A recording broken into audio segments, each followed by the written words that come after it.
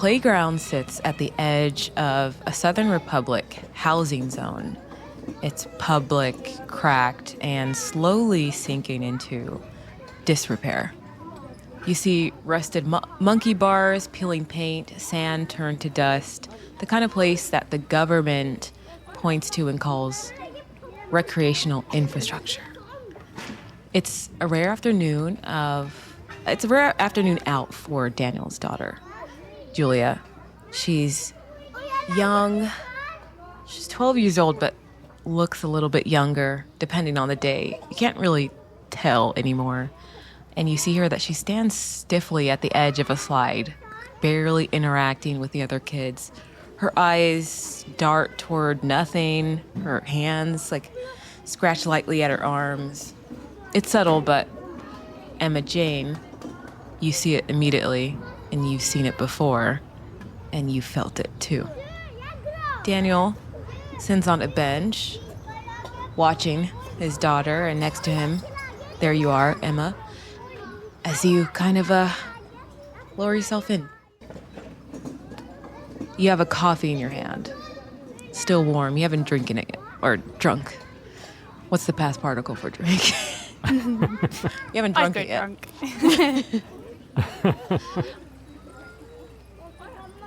What do you do as you approach? Emma Jane is sort of tapping a little rhythm on the side of her cup as she sits. She'll turn her head slightly towards him just to double check that it's him, and then look out at the kids again. She'll take a big breath, sip of the coffee, and then she pulls it away. Which one's yours? Assuming there is one that's yours. The one over there, you can see, it's one of the few times she's been functional. And you can see, just nerves on Daniel's face. He's a little bit, his facial hair is kind of grown in. He looks a little bit unkempt. He says, I was hoping you'd have some information, maybe something that could help her. She lowers her cup again, sort of rests it on the floor, and sits back against the bench. I can help you, and I do want to help you. It's just, this is a two-way relationship. You understand? I don't like all of that you need me more than I need you type of thing. Beneficial for the both of us. Understand? I get it. I've got plenty of money. I'm willing to pay whatever you want. I take it you don't know me quite as much as I thought you did. Dealing with money. No. You know what I want. Information, yeah? The very best you have. Listen.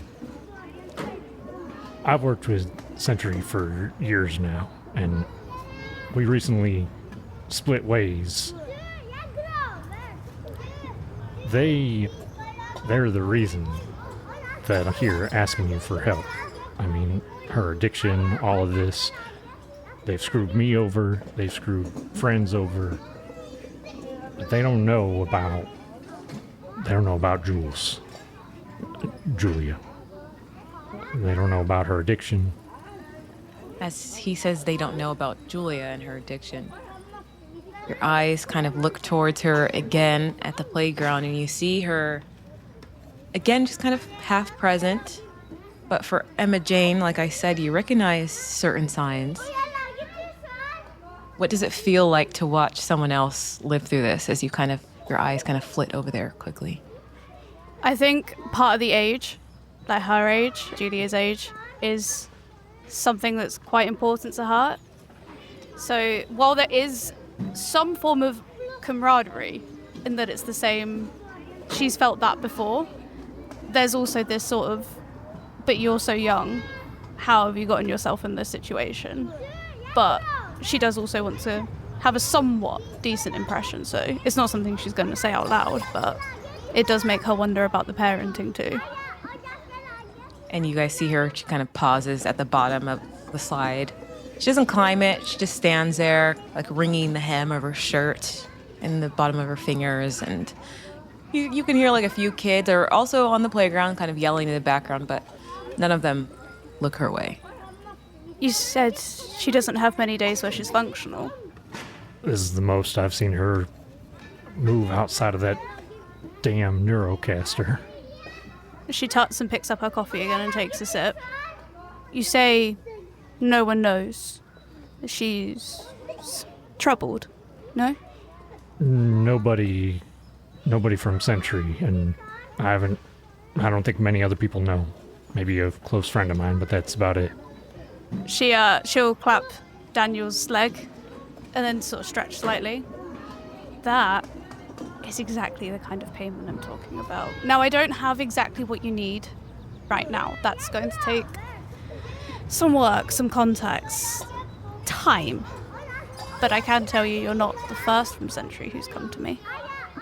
Well, I don't know how much time it's going to take, but and Daniel just looks out at Julius, and tears kind of crusting his eyes, and says, I don't know how much time she's got in the state that she's in, so if we can make it expedited. I mean, like I said, I'm willing to pay. I can get you more information, whatever you need. I don't want to lose her. Daniel, I think we're going to have a very, very lucrative relationship together. And she'll hold out her hand for him to shake. I take a moment, finally pulling my gaze off of Julia, looking down at your hand, kind of looking at you, wipe the tears from my eyes, and then grab your hand and say, yeah, I mean, I have a feeling we'll be working together at least a little bit more in the future. My question is, what is this information that is exchanged? Specifically, what is Daniel sharing with her, and what are you giving him?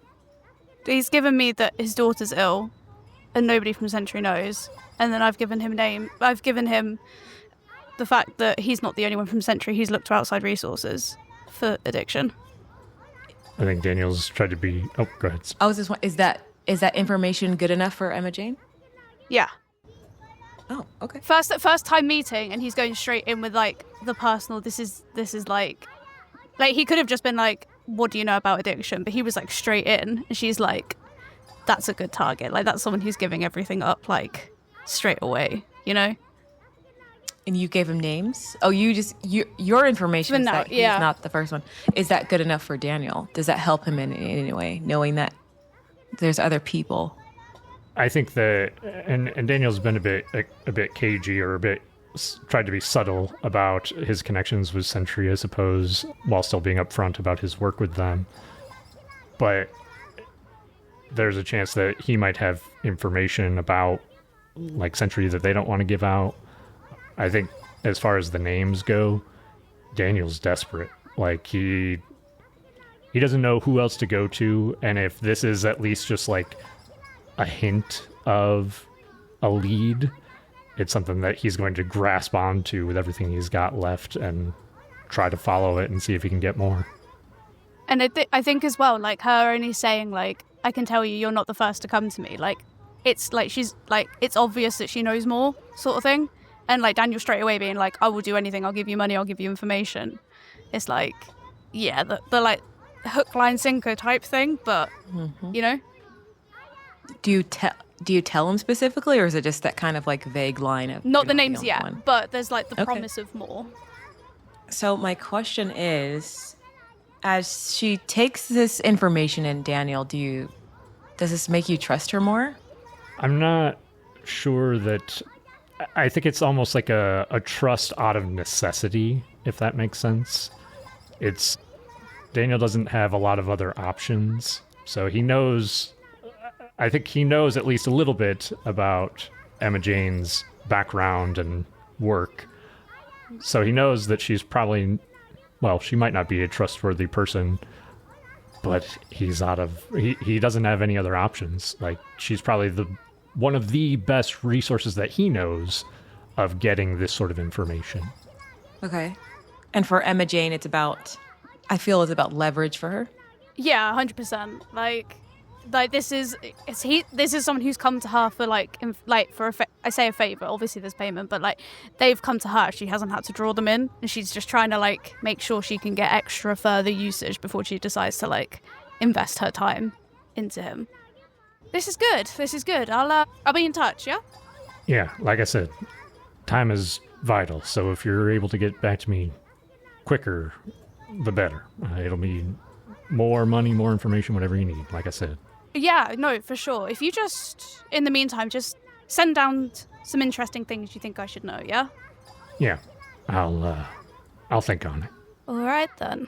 And she'll stand up and have a look towards Julia. She seems nice. Take good care of her, yeah? I'm trying to correct that. Change course, as it were, and yeah, I intend to. Real quick, there is a way to get rid of the addiction, right? Like I said, these things take time. I'm not the only one out there pulling all this info together, you know? I have contacts, people in different cities, different states. It's a whole network. Look, I wouldn't be entertaining this conversation if I had nothing for you. I want this to be beneficial for the both of us. My information's good. That's why you've heard of me. Yeah, you're right. Great. Well, I expect to hear from you soon then. I'll be in touch. And she'll do like a little salute as she leaves the park.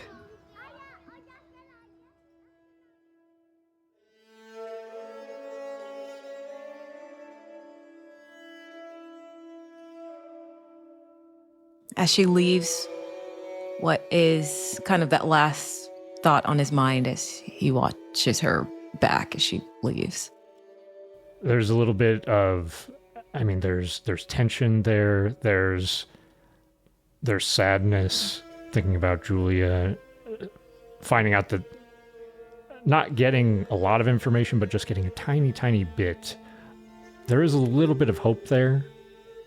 He kind of like looks back at Julia, and I'll walk over to Julia. And is she like playing or doing anything? She hasn't really been playing this entire time, just kind of like awkwardly standing. You see her hand is now like holding on to the side of the slide, and her hand is gripping it really tight. You can kind of see her knuckles are turning white. Okay. I'll walk over and kind of just gently pull her hand off of the slide, kind of put a hand around her shoulder and just say, "Hey, Jules, did you want to talk to the other kids over there?" And she kind of just puts her head down and she says, "No, I don't really want to be here. I want to go back." Yeah, I know. But no, I don't want to go back to that place. I want to go back home. They won't let me take you back home. It's my fault, but I'm working to see what I can do. I'm gonna get you back home as soon as I can. I just can't today. I want to go back home. I just want to go back home. You see her hands start to like clench and squeeze. If this is your fault, then what?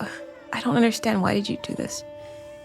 I lean down in front of her, grab both of her hands, let her like clench and squeeze as hard as she wants. Jules, I'm sorry. I really didn't mean to. I made a bunch of mistakes, and I shouldn't have let you spend all that time with that stupid headset. But it's not stupid. It's not stupid. And you hear her get a little aggressive. I know, you're right. It's not stupid. I need just a little bit more time, and hopefully I should be able to bring you home. And you can use your neurocaster at home as much as you like, and I'll be there with you. And you see her kind of, her face animates a little bit more than you've seen for the first time today. Do you promise? You promise?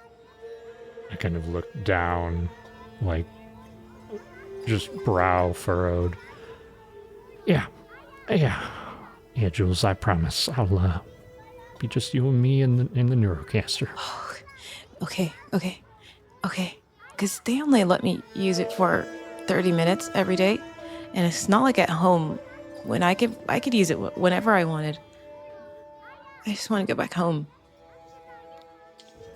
And I squeeze her hands probably just a little bit too tight in frustration. Yeah, we'll get you home. We'll figure it out. I'm working on fixing my mistakes.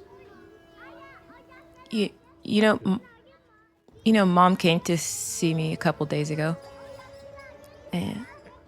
and she uses the Neurocaster every single day, and she said that I can come visit her and use it there every day, and she said it's okay, and there's nothing wrong with using it. This time I squeeze her hand harder and say, Dad. I let go. Sorry, Jules. I'm working to fix the whole problem with your mother, with you not being home. But don't listen to what your mother tells you. She's got a few problems of her own. She said it's not a problem. Listen, it's not. I don't want you to think that you've done anything wrong. I made the mistakes. Then why am I in trouble? I'm in trouble. I'm sorry, Jules. You're not in trouble. And I just give her a hug. At least, well, like I said, I made the mistakes. I'm going to fix it. I promise. We'll get you home soon. And just into your shoulder, she just keeps saying, I just want to go home. I just want to go home.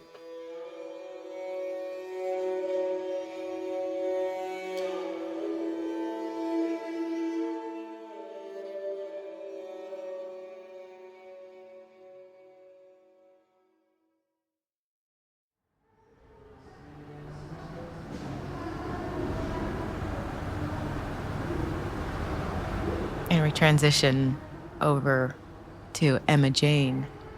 You left. Did you drive here? How'd you get here? Like, what are you getting into as you leave? No, she walked. Oh. Uh-huh. Where is she walking to? She's walking back to... It's her home. Home is like a very loose word. It is the like remnants of a building that has been sort of left behind, taken up by squatters, that sort of thing. She has like the very top room in the attic, and all she has in there is her Neurocaster set up and sheets on the floor. And that's where she's walking home to. But as she's walking, she's sort of like drumming her fingers together, running her fingers along the wall. She's sort of, holy shit, holy shit, holy shit, I got him, under her breath, like the whole way home. And as soon as she gets in, she sort of slams the door and moves like straight to her Neurocaster to like put it in her notes, let her network know. She sends it as like a mass message to everyone within her network that just says, holy fucking shit, in capitals. She wants it written, specifically. I got him. I got Daniel Collins. Said he'll give me anything, and then in like quotations, money, information, anything I want. Where do we start first? And then she'll sign with her initial and send it off. And I would say pretty quickly you get more people sending back messages to you.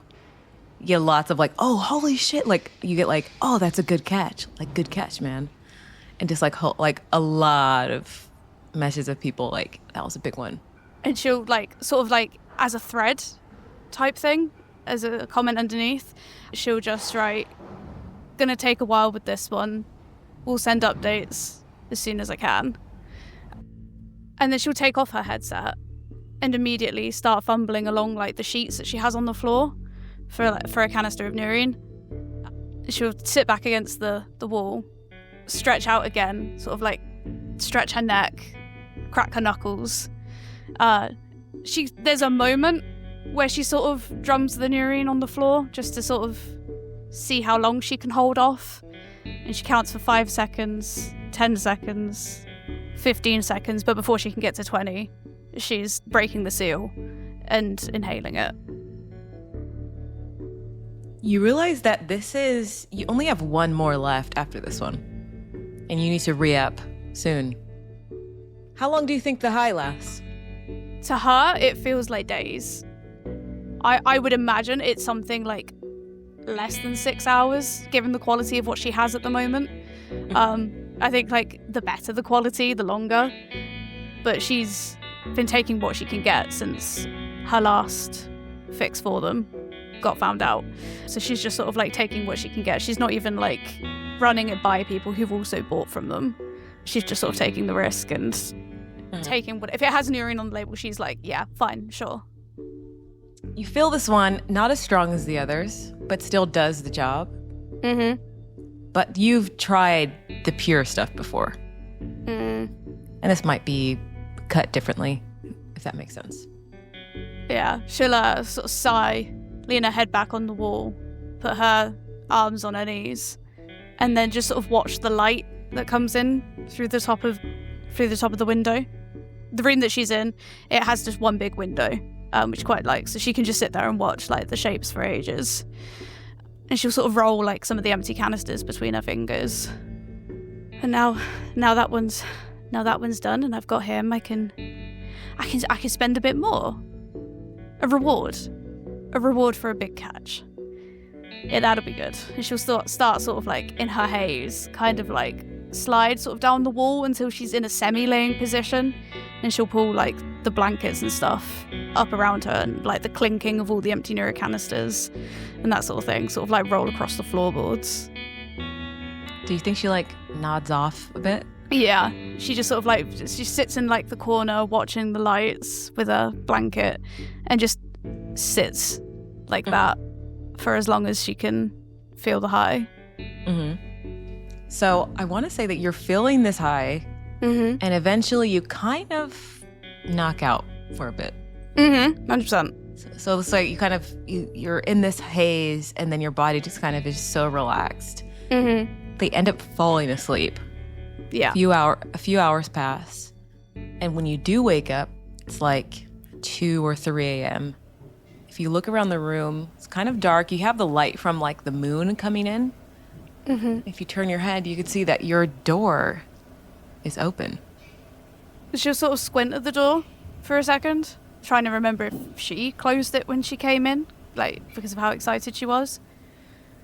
She'll sort of sigh, push against the floor to get back up, rub her elbows from how she's been sleeping. I feel like it's quite drafty with the door open, so that's the only reason she's actually like gotten up, otherwise she would just let it lie. But she'll kind of like rub her eyes as she heads over to the door just to sort of close it again. What you notice is what you don't hear. You had a lot of the canisters around you before you slept. All of them are gone now. Every single one. She sort of frowns as she turns away from the door. The fact that she didn't hear the rattling, like she usually kicks them across the floor. She takes a couple of steps before she really realises that she's not sort of kicking them as she goes. And when she hears the silence, she'll sort of like drop to her knees and start sort of like, because it's still quite dark, so it's more of like a feeling and patting around sort of thing for it. She'll start patting over the floor. When she can't find them there, she'll grab her blanket and start sort of like waving that out sort of thing. Throws that like across the room when she can't find it. Starts going to like the corners to see if like they're all stacked up, or like trying to find like any floorboard that have like a bigger hole that they could have fallen down. Is there anywhere else you look, or is it just the room? She'll after she's double sure that she's checked absolutely everything in her room, she'll sort of like she'll move out into the landing, slamming her door a bit harder than she meant to in her sort of desperation. And she'll hang over the banister, like down the stairs, and be like, "Has anyone been up here yet?" You don't hear anything from the banister, but when you slam the door, you did hear like a groan, like coming from the hallway. Can I follow that groan? Because that would have like pissed her off even more. Like, this is a very serious situation. Why are people getting involved, sort of thing? So she'll sort of like storm her way towards the groan. As you make your way there and you go to follow it, you see that there are two men who are sitting down in the hallway, similar position that you had right after you took the neurine, surrounded by canisters. And they're like, "Oh, you're so loud. shh. And they kind of like shush you, and they're one guy's hands like just like he's moving in like slow motion. He's like, "Hey, man, be quiet." She blinks slowly, taking in the scene, and then she hears those canisters clink one too many times, and she like sort of storms over, steps over them so she's facing them. Make sure she kicks their pile as she goes down, and then immediately like again gets to her knees to like start looking at the canisters, see if like they're even reminiscent of the ones she bought. But as she's sort of looking, she'll look up the one that was like, "Oh, you're so loud," and she'll be like, "It was fucking you, wasn't it? I swear to fucking God, if now was it you? Did you take them?" Wait, what are you? Hey, calm down. Let me just. If I could just go. And then he's like, his head is turned, eyes are shut. He's like, I just need to get like a little bit. I just need to go to sleep, okay? Hey, no, and she'll sort of I like just want to go. she'll kick like his leg to like wake him up a bit more. The canisters, where'd you fucking get them? Huh? I don't know. We walked into a room and we just saw some in a room, man. We just grabbed them and it's no big deal. You saw them in a room and you just walked in. You just walked in, yeah? Yeah. Okay, well they were my fucking canisters, and she'll sort of like kneel so she's like eye level with them. So how are you gonna pay me back, huh? You start to see his body start to slide over against the wall and just more towards the ground. He's like, my bad, man. I'm so sorry. If I could just, I'm just gonna go. I'm gonna fall asleep real quick. I'm so sorry. I'm sorry. And you see his body and he kind of nods off. And you hear his body like a thud against the ground. It's similar, like the man across from him looks the same. She pulls her hair in frustration. It's like, oh! And she'll like kick the railing. It's like, fucking useless, all of you, every single fucking white rat butts of you, all of you, you're fucking useless. And she'll start like storming down the stairs. I feel like she would, if one of them was out, they would have a sort of system where like, oh yeah, you give me back a few of yours, sort of thing. And she goes down to sort of find anyone in the building that might have some. You're going to search in the building, and if you are talking to people, you get a lot of the same answer. Everybody else is also looking, and they're kind of in that stage of getting like aggressive, starting to like, eyes are darting, they're scratching at themselves, and you know that you don't want to get to that stage. And everybody's like, no, we don't have, do you know any, like, did you have any, like, were you hiding any? And people are kind of getting aggressive, but nobody has any. She's like, with people getting more aggressive, she is getting like less patient, so she's sort of like shoving past people as she's going down the stairways and stuff. And like if people are coming up to ask her, she just like pushes them away until she gets outside into like the cold air. And she like sort of looks up and takes a breath for a minute, thinks about, actually she'll check her phone to see who she has that could potentially have some. And she scrolls down a couple of times, pauses on a couple, then thinks better of it until she scrolls down to Vincent's name, and she like, takes a seat on the steps outside her building and sort of holds her thumb on top of the call button. I mean just some, and then I don't hide it here, I take it somewhere else. I hide it better this time. I hide it better so they won't be able to. And she'll call Vincent. You call Vincent, and it rings a few times, and eventually he answers. I know it's been a while, and I said I'd sort of keep you in business and stuff, but like it's just been a couple. It's been a bit crazy, and I just need to know if you have anything in stock, please.